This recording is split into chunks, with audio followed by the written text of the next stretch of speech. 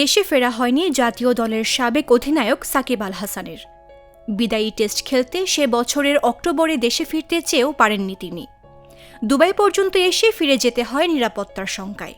জাতীয় দলের হয়ে খেলতে না পারা সাকিব এখনও স্বপ্ন দেখেন দেশে ফিরবেন, বিদায়ী ম্যাচ খেলবেন দেশের মাটিতে। সরকার নিরাপত্তার নিশ্চয়তা দিলে এসবের পাশাপাশি নিজের বিরুদ্ধে হওয়া মামলাগুলোও লড়তে চান তিনি। বার্তা সংস্থা রয়টার্সকে দেওয়া এক সাক্ষাৎকারে এই কথা বলেছেন তিনি। সাক্ষাৎকারে তিনি বলেন, সরকার যদি আমাকে নিরাপত্তার নিশ্চয়তা দেয় তাহলে আমি দেশে ফিরে আদালতের বিচার সহ যা যা প্রয়োজন সবকিছুরই মুখোমুখি হতে প্রস্তুত। 2024 সালের জুলাই আগস্টে ছাত্র জনতার গণঅভ্যুত্থানে আওয়ামী লীগ সরকারের পতনের পর থেকে যুক্তরাষ্ট্রে অবস্থান করছেন সাকিব। তিনি তখন সংসদ সদস্যও ছিলেন। এখনও জাতীয় দল থেকে অবসর নেননি তিনি।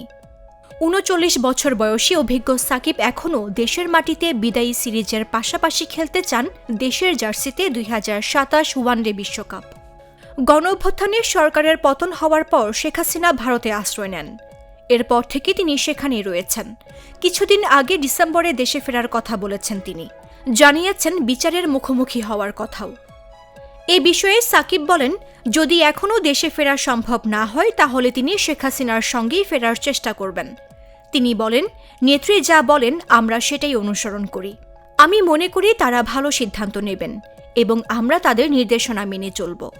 সম্প্রতি দিল্লিতে শেখ হাসিনার ভার্চুয়াল সংবাদ সম্মেলনে অংশ নেওয়ার বিষয়ে কোনো অনুশোচনা নেই বলেও জানান তিনি। তার ভাষ্য, সেখানে তিনি শুধু শান্তি ও বাংলাদেশের অগ্রগতির কথাই বলেছেন। ব্লু সাথে স্পাইসি সিজনিং এর টুইস্ট এলো প্রাণ পপাটা।